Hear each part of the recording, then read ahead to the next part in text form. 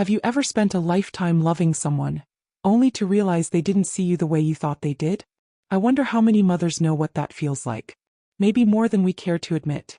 Before I tell you everything, I'd love to know. Where are you watching from? What town, what city, what quiet corner of the world are you sitting in tonight? Because this story, well, it's not just mine. It belongs to any parent who gave everything, and wondered if it was ever enough. It happened last fall. The air was just starting to cool in Georgia, that gentle shift from sticky summer to the kind of autumn where the mornings are crisp, but the afternoons still smell like cut grass and sun-warmed earth. I had spent the morning folding sheets, wiping down the kitchen counters for the third time, not because they were dirty but because my hands didn't know what else to do. All three of my children were coming home that afternoon. I hadn't had them all together in the same room in almost a year. Birthdays, holidays, something always came up. Someone was always traveling or working or just too tired. But this time I had asked. No, I had insisted. I want to talk to you all, I told them on the phone, my voice more firm than usual. It's important. I didn't say the word, but they knew. Inheritance. I was 77. Still sharp, still mobile, still tending my little garden out back. But let's be honest, none of us lives forever. And I didn't want to leave a mess behind. I wanted peace, clarity, closure. They arrived one by one. David, my oldest, in his pressed shirt and polite smile, always a little too polished, like he was playing a part. Rachel, my middle child, practical as ever, her hair pulled back, her words clipped and efficient. And then Joshua, my youngest, a little late, a little rumpled, but with that soft warmth in his voice that always reminded me of his father. We sat at the old dining table. The same one Robert and I bought when we first moved into this house, nearly 50 years ago. The wood was scratched now, the corners worn smooth by time and elbows and laughter and grief. I had made tea. No one touched it. They were waiting. And I didn't know how to begin. So I started like this. I've been thinking, I said quietly, about what happens when I'm gone. Rachel glanced at David. David cleared his throat. Joshua looked down at the table, his fingers tracing one of the grooves in the wood. I want to be fair, I said, to all of you, but I also want to be honest. That's when the air shifted. It was small, almost unnoticeable, like the room inhaled and forgot how to exhale. I looked at each of their faces, and I realized something I hadn't let myself admit before. They weren't here as my children. They were here as heirs. And maybe they always had been. David spoke first. Well, Mom, he said, smoothing down his sleeve the way he always did when nervous, we're just glad you're thinking ahead. It's responsible. Smart even. Rachel nodded quickly. It's better to be clear now than have confusion later. Estate issues can tear families apart. Her tone was practical but not cold. Just efficient. Like this was a business meeting. Not my kitchen. I looked at Joshua. He hadn't said a word. He was still tracing that same worn line in the table. It's not about money, I said softly. David chuckled, not unkindly but with a kind of detached disbelief. It's always about money, Mom. That's what people fight over. Better to sort it now while you're here. He meant well. I know he did. But something in me flinched. Rachel pulled out a small notepad from her purse. I blinked. He had a list. I've done some preliminary thinking, she began, flipping it open. Your savings, the house, the lake cabin, the car, your jewelry collection. I mean, we could get everything appraised. Rachel. I said it more sharply than I meant to.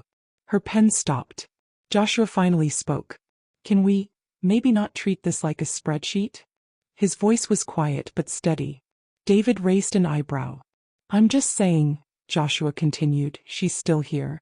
We don't have to carve her life up like a pie just yet. I looked at him, then back at Rachel and David. And for the first time I didn't just see my children. I saw who they had become. David the planner. The one who always needed control. Rachel the one who kept the family running on rules and checklists, even if it meant pushing feelings aside. And Joshua, the quiet one. The child who always felt things too deeply. The one who held on to old birthday cards and still called me Mama, sometimes like he did when he was little. I realized something then. Not all love looks the same. Some of it shows up with pens and plans and concern about taxes. Some of it sits quietly beside you, just wanting to be with you, not fix you. I'm not dying tomorrow, I said finally. But I am getting older. And I I didn't want to leave this conversation too late. The room fell still again. I don't have much, I said, but what I do have I want to pass on with love. Not resentment. Not confusion. Not silence. David nodded. Then let's talk specifics. That's what we're here for. Rachel was already flipping pages. But Joshua, he was still looking at me. Not the paperwork. Not the house. Me. And in his eyes I saw something I hadn't seen in a long time. Not expectation. Not strategy. Just sadness. And a kind of silent asking. Are you okay, Mama? Do you feel alone in this? I blinked away the sudden sting behind my eyes. Before we talk about houses or jewelry, I said quietly, I want to talk about something else. David sighed, but I held up a hand. I want to talk about memories. That got their attention. Tell me, I said, do any of you remember the picnic at Lake Murray in '96? Or the storm that trapped us at the cabin overnight when the power went out? I smiled faintly. Your father made shadow puppets on the wall with a flashlight. Joshua wouldn't stop laughing. Rachel looked down. David shifted. Joshua smiled. These are the things that mattered to me, I said. The laughter. The noise. The way your father held my hand in the dark. I took a slow breath. And when I go, I don't want to be remembered for a will or a bank balance. I want to be remembered for that night in the cabin. 4 burnt pancakes and crooked Christmas trees and the way we all used to sing off-key in the car. No one said a word. And that's when I realized. This conversation wasn't really about who would get what. It was about who still remembered. Who we used to be. David cleared his throat again. A habit he picked up in college back when he was always trying to sound composed. Mom, he said gently, we're not trying to be cold. We all remember those moments. The cabin, the pancakes. I mean, that's what made our childhood special. But we just want to be sure things are organized. You know, while you're here. Rachel looked at him, then back at me. Exactly, she added. We're not asking you to go anywhere. We just don't want to be scrambling when the time comes. I nodded slowly. They weren't wrong. But they weren't exactly right either. Joshua hadn't said another word. But I could feel him listening. Like he always did. I stood up from the table and walked to the small shelf near the fireplace. The photo albums were there, worn, frayed, the leather covers bent at the corners. I picked one up and brought it back to the table. This, I said softly, is the most valuable thing I own. Rachel gave me a puzzled look. David leaned in. Joshua just smiled. I opened the album and turned the pages one by one. There was David, age 5, with a chocolate-smeared mouth and a superhero cape made out of my bedsheets. Rachel on her first day of school, clutching that purple lunchbox like it was treasure. Joshua, asleep on his father's chest on the porch swing, a tiny fist curled around a finger. I paused on that last photo. I used to think the hardest part of getting old was losing your strength, I said. But it's not. It's realizing the things that mattered most to you don't always matter to the people you love. The room was quiet. Your father and I built this life one quiet day at a time, I continued. There was no plan. No strategy. Just effort. Just love. And mistakes. And dinners burned. And apologies whispered in the dark. I closed the album. I didn't gather you here just to split the house or name who gets the car. I wanted to look into your faces and remember that we're more than what's written in a will. David looked uneasy. Rachel said nothing. Joshua was still watching me, not blinking, just present. There's a reason you're all here, I said. Each of you has a part of me even if you don't see it. I looked at David. You got your father's sense of order. Your love of control. But you also got his habit of closing off when things get hard. I hope you'll work on that. He opened his mouth to speak, but I gently raised a hand. Rachel, I said, turning to her, you have always been my rock. You were the one who made sure I got up in the mornings after your father died. But sometimes you're too strong for your own good. And for everyone else's. She lowered her eyes. Then I turned to Joshua.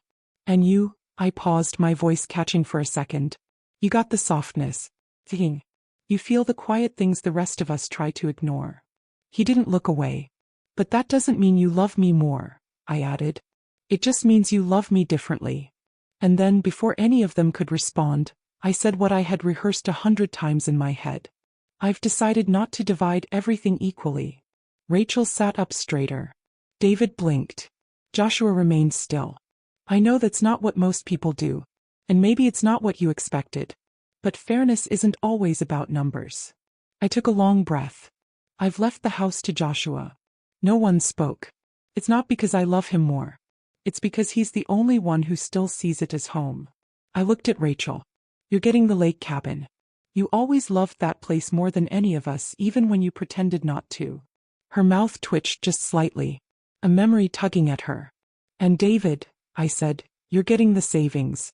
I know you'll put it to good use. Maybe help your own kids someday. That's how your father would have wanted it. Still silence. But something in the room had shifted. Not anger. Not quite. It was more like recognition. Like for the first time in a long time, they saw me not just as their mother, but as a woman who had lived a full life. Made choices. And was still making them. I sat back down. Folded my hands in my lap. Waited. Because the real test wasn't how they'd react to the things I'd given. It was how they'd handle what I hadn't. For a long moment no one spoke. The kind of silence that doesn't just fill the room. It settles into the bones. Rachel was the first to break it. I see, she said flatly, tucking her notepad back into her purse. Her tone wasn't sharp, but it was cold in a way I hadn't heard since she was a teenager and used silence as armor. I thought you wanted to talk, she added. But it sounds like you've already made your decisions. I have, I said gently. But that doesn't mean I don't want to talk about it. I needed to be honest with myself first. She nodded, not in agreement but in acknowledgement. The way someone nods when they hear a truth they don't like but can't argue with. David leaned back in his chair and exhaled. So that's it, he asked. You're just handing things out based on feelings? I flinched, though I tried not to show it. I'm handing things out based on memory, I said. And meaning. And yes, maybe some feelings too. He rubbed his jaw like he was working through something that didn't quite sit right. I'm not upset, he said. Just surprised. You always taught us to be fair. To split things evenly. You always said that's what kept families together. I looked at him and for a moment I saw the boy he used to be, sitting on the porch with a scraped knee, demanding justice for a cookie his sister took. I said that when you were children, I replied. Because children need the world to feel fair. But we're not children anymore. I turned to Rachel. And fairness isn't always sameness. She looked away out the window. I didn't push. Joshua, still silent, finally spoke softly. Thank you. Just that. Thank you. 3 syllables that loosened something in my chest. I nodded, unsure if I could speak. David stood up suddenly and walked toward the back door. Thought he might leave. Instead, he stared out at the garden, the same patch of dirt Robert had once turned into roses and tomatoes. Do you remember when Dad built that trellis? He asked, still facing the yard. I smiled, surprised. He built it for me. I said I wanted morning glories. He made it out of scrap wood in one afternoon. He let me help, David said. I was maybe 9. I hammered in 2 nails and thought I built the whole thing. We all chuckled, even Rachel. That laugh, small and unplanned, shifted the air again. I guess it's not about the things, David said, turning back to face us. It's about who they mean something to. His words were stiff, like they didn't come easily. But they were honest. I don't want to fight, he added. None of us needs to lose each other over stuff. Rachel's eyes softened. I'm not mad, she said, though her voice caught. It just surprised me, that's all. I know, I said. Believe me, I know. I reached across the table and placed my hand over hers. I didn't choose this to hurt anyone. I chose it because I've spent years watching how each of you loves. Not just me, but the things I've built. The memories. The spaces. Joshua leaned forward, elbows on the table. You always said the house was your heart, he whispered. I looked at him, surprised. He was right. I had said that once. When he was 13 and asked why I never moved after Dad passed. I guess it still is, I said. Even if it's quieter now. We sat like that for a while. Not in tension anymore, but in something else. Something quieter. Like grief. Or maybe release. I had feared this conversation for so long, convinced it would shatter us. But it hadn't. If anything, it peeled something back. It reminded them that I was not just their mother. I was a woman with a life before them and after them and still unfolding. Later, when they left, one by one, David hugged me tight. Rachel kissed my cheek without a word. Joshua lingered, helping me gather the dishes, his hands warm against the cool porcelain. "You okay?" he asked gently. I nodded. "I will be," I said, because in that moment I knew. I hadn't just divided my things. I had shared my truth. And they had heard it. Maybe not perfectly. Maybe not without pain. But they had heard it. And that, more than anything else, was what I had hoped for. That night, after the house grew quiet again, I stood in the kitchen, staring at the empty mugs we had left on the table. One still had a lipstick stain. Another had gone cold before it was even touched. I didn't rush to wash them. There was something sacred about letting them sit a while longer. As if their presence could hold the weight of what had been said, and what hadn't. I turned off the lights and made my way down the hall to my bedroom. But instead of going to bed, I sat in the old armchair by the window. The one Robert used to fall asleep in with the newspaper draped across his lap. Still creaked the same way when I leaned back. Outside, the moon hung low, soft and gold. A quiet witness. I sat there a long time. And then, like a whisper from a room I'd forgotten, I thought of him. Of Robert. Of the day we bought this house. Of the way his eyes lit up when he found the backyard, already full of weeds and wild roots. This could be something, he had said, arms wide, dirt on his shoes, a boy again. He always saw the potential in broken things. Especially me. I reached over to the small drawer in the side table and pulled out the envelope. Yellowed at the edges. Unsealed. It was the letter I never sent. I had written it the week after his funeral, on a night I couldn't sleep. When the world was too quiet and the space in the bed beside me felt like a canyon. I unfolded it now, careful with the corners. "My dearest Robert," it began. "I don't know what to do with the days anymore. They feel too wide without you." It wasn't long. Just a few paragraphs of grief. Of memory. Of promises I wasn't sure how to keep without him beside me. "I will take care of the house," I had written. "I will try to keep the tomatoes alive even though I never remember when to water them. I will keep the door open for the kids, even when they're too busy to walk through it." And then in the very last line, "I will not let them forget who we were." I stared at those words now, decades later. Not just a vow to him, but to myself. To the life we had built. One argument, one meal, one bedtime story at a time. That letter had sat untouched in this drawer for almost 20 years. I had read it once. Tonight was the second time. But it had never felt more real. Because today, for the first time since he passed, I had spoken something that felt like truth, out loud in front of the children we raised. I hadn't planned it that way. But somewhere between the teacups and the tension, I'd honored the promise. I had reminded them who we were. Not just with stories, but with my choices. With the things I left behind, and the reasons why. I folded the letter again and slid it back into its envelope. Tucked it away. Maybe someday one of them would find it. Maybe not. But I knew what it said now. And that was enough. As I stood up to turn out the light, I caught my reflection in the mirror. My mother's hands. My husband's eyes. The weight of a life lived fully and not yet done. The next morning I woke before the sun. It was still quiet, that holy kind of quiet when even the birds haven't begun to stir. I padded softly into the kitchen, put on the kettle, and watched the steam curl up into the dark like a prayer. Joshua came in not long after, still rubbing sleep from his eyes. "Morning," he said, his voice hoarse. "Good morning, love," I replied. He moved around the kitchen like he belonged there. Like nothing had shifted, and yet everything had. As I handed him his mug, I smiled. "You remember when your dad used to put 2 sugar cubes in his tea, even though the doctor told him not to?" Joshua laughed, warm and sleepy. He said it was the only rebellion he had left. I chuckled. That sounds about right. We stood there in silence, sipping. Comfortable. Easy. And I realized, maybe it had always been like this with him. Not flashy. Not loud. Just steady. Just the kind of love that shows up day after day without needing to announce itself. The kind his father had taught me to recognize. The kind that lasts. The kettle had just finished whistling when the phone rang. Not the cell phone. The old landline that still hung on the wall beside the refrigerator. Its cord stretched and slightly frayed like everything else in this house. Joshua looked up. "Want me to get it?" I shook my head, wiping my hands on a towel. Something about that sound, the ring of the landline, always made my heart pause just for a moment. Like it was bringing news from another life.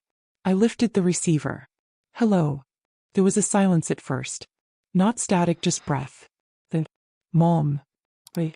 Her voice always carried an edge even when she wasn't angry. Like she was bracing for something, or making sure you were. I just wanted to say, she began, that I'm not upset. About yesterday. I nodded, though she couldn't see me. I know, I said quietly. It's your decision. You have every right to do what you think is best. I wasn't expecting it. I understand. Another pause. This one longer. I thought maybe it meant you didn't trust me, or didn't think I'd take care of things. I sat down at the kitchen table, the phone still warm against my ear. It wasn't about trust, I said. It was about resonance. Resonance, she echoed. I smiled faintly. The cabin always made you come alive. Even when you said it was too far, too cold, too dusty, I saw the way you'd sneak outside just to stand by the water. She didn't respond right away. Then softly, I did love that place. I know, I said. I guess I just thought I'd be the one who carried the torch. Took care of everything after you. I closed my eyes. You already have, Rachel. More than you know. There was a tiny catch in her breath. She was trying not to cry, and I recognized that sound, the exact way she used to hold back tears when she was a girl and scraped her knee but didn't want anyone to know it hurt. I should have said something yesterday, she murmured. You just did. And that was enough. Not a full apology. Not a breakthrough. But a bridge. And sometimes that's all we really need. After we hung up, I sat there for a moment longer, the hum of the dial tone still in my ear like a lullaby from a world long gone. Later that day, Joshua asked if I wanted to go for a walk. We followed the narrow dirt path that wrapped around the back of the property, past the fence Robert had built, and toward the tall pines at the edge of the land. I always loved this path, he said, hands in his pockets. You used to chase fireflies out here, I smiled. You and that old mason jar with the holes in the lid. He laughed. I never caught many. You caught enough. We walked in silence for a while, the crunch of leaves beneath our feet like soft punctuation marks in a story we didn't need to rush. Then just as we rounded the corner where the big oak tree split the sky in half, he spoke. Do you ever wonder what it would have been like to be just a woman? Not a mother. Not a wife. Just you. I stopped walking. That question, it didn't come from nowhere. I looked at him carefully. I don't think I've ever not been those things, I said honestly. Even before you were born, I was already dreaming of you. And before that, I was learning how to hold someone else's world in my hands. He nodded, eyes on the ground. I think about that sometimes, he said. How much of your life you gave to everyone else.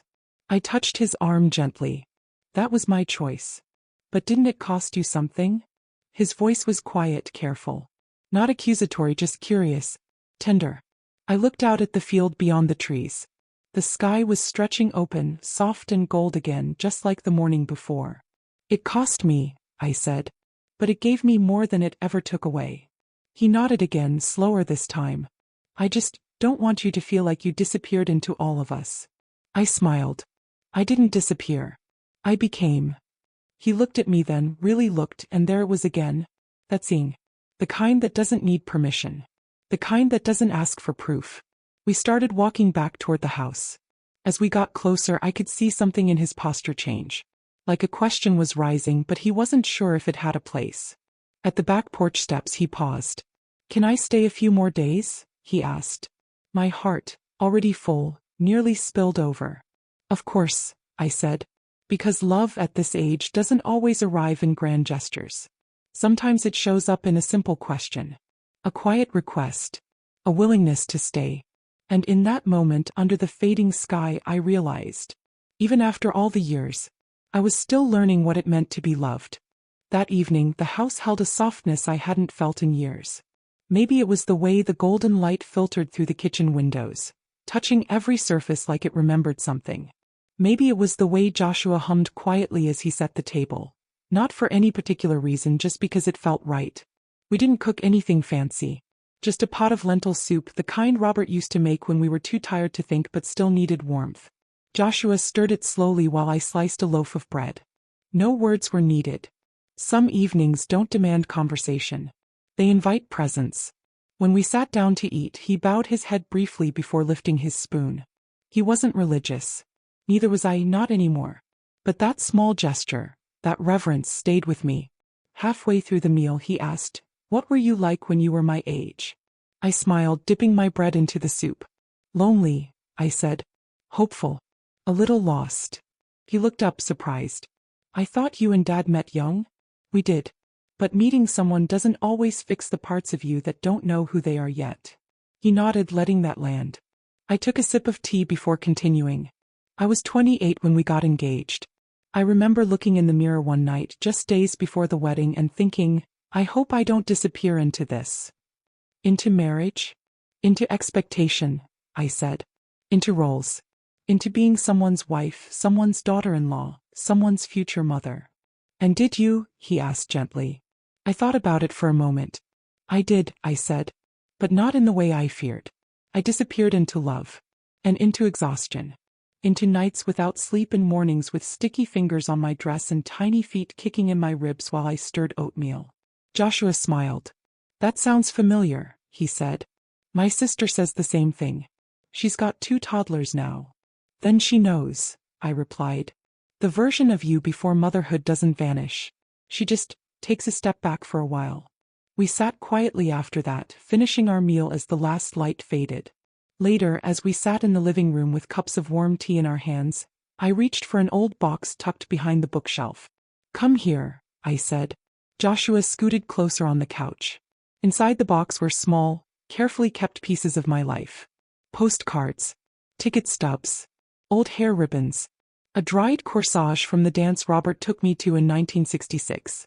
At the bottom was a small photograph, black and white, slightly bent at the corners. A girl barefoot standing on a dock staring out at the lake. Her back to the camera. "That's you?" Joshua asked. I nodded. I was 23. Took that photo with the self-timer on my old camera. I was up at the lake cabin alone that weekend. Needed to breathe. He studied the picture closely. "You look like you're listening to the world." I said, trying to figure out if it still had something to say to me. He handed it back carefully. "And did it?" I smiled, folding the photo back into its place. "Eventually." Then quieter, "I don't think anyone really teaches us how to be ourselves when we're not being needed." Joshua looked at me with eyes that felt older than his years. "I think that's why I came here," he said. "I was tired of performing. Tired of being useful. I just wanted to be somewhere I didn't have to explain myself." "And did it work?" I asked. He looked around the room. At the lamp with its crooked shade. At the photos on the mantel. At the chipped tea mug in his hand. "I've never felt more myself than I do here," he said. Something tightened in my chest. Not pain. Not joy. Just recognition. He wasn't saying it to flatter me. He wasn't asking for anything. He was simply naming the truth. And sometimes that's the greatest gift you can give someone who's spent their life invisible. That night, before we each went to bed, he stopped in the hallway, hand resting on the banister. "I don't know what the rest of the family thinks of me staying so long," he said. "But I don't care." I walked over and placed my hand lightly on his shoulder. "They might not understand," I said, "but they don't have to." "Do you?" I didn't hesitate.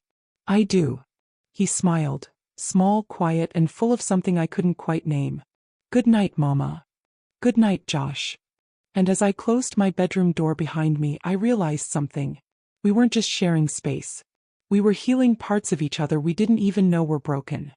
The following morning, the house was still wrapped in that gentle hush only early light brings. I was already in the kitchen when Joshua walked in, barefoot, hair still tousled from sleep, the sleeves of his shirt pushed up like he hadn't fully woken to the day yet. "Smells like cinnamon," he murmured. "It is," I said, turning from the stove. "Made the oatmeal the old way. The kind you used to call glue when you were 9. He grinned and rubbed his eyes. I was an ungrateful little gremlin. "You were honest," I laughed. "There's a difference." We ate at the table by the window, the soft clinking of spoons mixing with bird song and the hum of August air. Neither of us was in a rush to speak. There's a certain kind of peace that comes only after days of unspoken understanding. A rhythm you fall into when the masks drop and nothing needs to be earned. He reached for his tea, took a sip, then set it down, hands lingering on the mug. "I've been thinking about going away for a while," he said suddenly. I looked up. Away. Yeah. Not far. But maybe somewhere quiet. Just me. No job. No phone for a while. My heart paused. Not in fear but in attention. What brought that on? I asked gently. He shrugged, but it wasn't casual. The last couple years, they haven't really felt like mine. I've been doing everything right. Working, dating, saying yes to all the things people think I should want. But none of it feels real. He looked up at me. This? Sitting here with you making oatmeal, hearing the floor creak when I walk down the hallway? This feels real. I didn't know what to say at first. Not because I didn't understand, but because I understood too well. It took me 40 years to admit that same thing, I said. Only I didn't have the courage to do anything about it until it was almost too late. He leaned in a little, eyes soft. Did you ever want to leave? Just go. I thought about that question. About the times I stood by the kitchen window after dinner, looking out at the garden and wondering who I might have been if I hadn't chosen this life, or if it hadn't chosen me. Yes, I said. But not because I didn't love my life. I just wanted to know who I might have been if I'd let myself be something other than everyone's answer. Joshua nodded slowly, looking down at his hands. I think I'm scared, he whispered. Of what? That if I stop, no one will be waiting when I come back. That I'll disappear and the world will just move on. I reached across the table and took his hand, warm, calloused, trembling slightly. You don't disappear, I said. You find yourself. He looked up and something flickered behind his eyes. Not tears, not quite. Just that same ache I recognized from my own reflection some mornings. The ache of a soul wanting to come home to itself. You know, I continued, when your father passed I thought I'd vanish too. Not physically but emotionally. Like I'd dissolve into the corners of the house, into the sheets, the laundry, the grocery lists. But you didn't, he said. No, I whispered. Because grief didn't erase me. It revealed me. Joshua took a deep breath. I think that's what I want, he said. To be revealed. To see what's underneath all the things I've been pretending to be. Then go, I said. Take the time. Take the silence. Just promise me one thing. Anything. When you find that version of you, the one who feels real, don't apologize for him. He looked stunned for a moment. As if no one had ever said that to him before. Maybe no one had. He smiled. I won't. That afternoon we packed a small basket and sat under the magnolia tree out back. The one Robert had planted the year Rachel was born. Joshua lay back on the blanket, arms behind his head, eyes closed. You know, he said, sometimes I feel like you're the only person who really sees me. I didn't respond right away. Because what do you say to that? That it's mutual? That sometimes it scares you? That love, in whatever shape it comes, is never simple? Instead I looked at him and said the most honest thing I could. I'm grateful for every minute you're here. He opened his eyes and looked at me. And in that quiet something shifted. Not toward romance. Not toward obligation. But toward something deeper. Two souls recognizing the familiar in one another. The suitcase was already packed by the time I came downstairs. It sat by the front door like a quiet farewell. Not heavy, not rushed, just ready. Joshua stood in the kitchen, pouring the last of the coffee into a thermos. He looked up when he saw me, offering that small, lopsided smile he'd had since childhood. Didn't want to wake you, he said. Figured I'd get an early start. You could have waited till after breakfast. He chuckled. If I waited for one more bowl of cinnamon oatmeal, I'd never leave. I walked over and reached for 2 mugs. We still have 10 minutes, I said, and he didn't argue. We sat on the porch, each holding our coffee, watching the soft morning light stretch over the fields. The wind was light. The trees whispered. Even the birds seemed more thoughtful than usual. No words, not at first. Just that comfortable shared silence we'd come to know so well. The kind that says more than any conversation could. Finally, he broke it. I don't know where I'm going yet, he said. You don't need to, I replied. The not knowing is part of the journey. He nodded. I was always afraid of being still, he said. Felt like if I wasn't moving, I was failing. I glanced at him. And now I think stillness might be where I actually begin. I reached over and touched his hand. A gesture so simple, so maternal, and yet something in it trembled. Because it wasn't just a goodbye. It was an acknowledgement. Of everything that had passed between us in those days. Of everything we hadn't said out loud and maybe never would. He turned his palm upward and held my hand in return. "I've been trying to figure out what this is," he said quietly. "What I feel when I'm here. When I'm around you." My heart beat a little louder in my chest. He wasn't looking at me, but I could feel the weight of his words pressing between us. "I know it's not simple," he continued. "I know people would never understand it. I'm not even sure I do. But when I'm here, I feel seen. And safe. And not small." My throat tightened. He turned to look at me then, his eyes wide open, unguarded. "Maybe this isn't about names or labels or lines. Maybe it's just love. In its most honest, quiet form." I blinked back, the sting in my eyes. "I don't need you to name it," I whispered. "I only need you to carry it with care." He nodded like he understood. And he did. In a way most people never could. When it was time to leave, I stood by the door as he lifted the suitcase. He looked back once, scanning the living room, the photos, the lamp, the worn rug, the dent in the floorboard he used to trip on. "This place feels like it's breathing again," he said. "You brought the air with you," I replied. At the doorstep he paused. Looked at me like he wanted to say something else, but maybe it was too fragile to speak aloud. So instead he hugged me. Tight. Longer than most people allow. "I'll call when I get settled," he said into my shoulder. "I'll wait," I whispered back. And I would. Not with anxiety. Not with desperation. But with a kind of stillness I hadn't known I was capable of. Because whatever this had been. Mother and son, yes. But also two souls brushing up against a rare kind of closeness. It had changed something. Not in the world. But in me.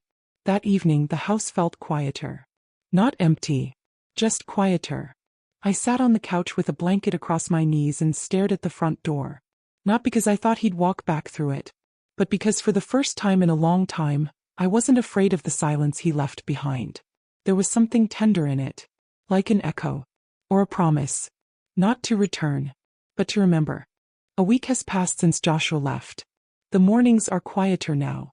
The coffee tastes the same, though I find myself pouring 2 cups out of habit. I still sit by the window in the kitchen, still watch the wind touch the curtains, still listen to the creak of the house settling into itself. Only now, I don't feel quite so alone.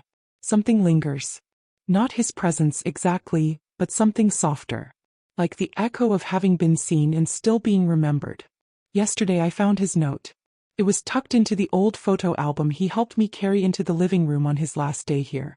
A torn scrap of paper folded once. No greeting. No signature. Just 6 words, written in his slanted, thoughtful handwriting. "You remind me I'm still real." I read it 3 times before placing it gently back where I found it. He didn't have to say more. Because love, the kind we never learn how to name, it doesn't need paragraphs. It only needs truth. And I think that's what this was in the end. A quiet kind of truth. Sometimes I think about the look in his eyes that morning before he left. How it wasn't longing or regret. It was clarity. And maybe that's what I had needed all along. Not a grand gesture. Not a second youth. Just to know that who I was, still was, could matter to someone. Even if only in passing. Even if only in a way that didn't make sense to anyone else. Last night I walked through the garden before bed. The tomatoes are finally coming in. Small, green, stubborn things. I knelt down, felt the warm dirt with my hands. Closed my eyes. Robert would have laughed at how uneven my rows are. He always had a steadier hand. But I think he would have smiled too. Because here I am. Still growing things. Still staying. Still loving in the quietest ways I know how. Rachel called yesterday. Just a talk. No tension. No hidden corners in her voice. We spoke about nothing. The weather, a new recipe she tried, a funny memory about her youngest daughter drawing all over the walls with a marker. And just before we said goodbye, she paused. "Mom," she said, "I'm glad you did things your way. I think I understand now. Not completely, but enough." That was all she said. But it felt like peace. And maybe that's all any of us really want at the end of a long story. To be understood. Even just a little. The living room smells like sunlight again. I left the windows open today. The breeze wandered through and rattled the picture frames gently. As if reminding me that time doesn't take things from us. Reshapes them. Softens the hard edges. Lets us hold memory without it breaking in our hands. Tonight I'll light the candles in the living room.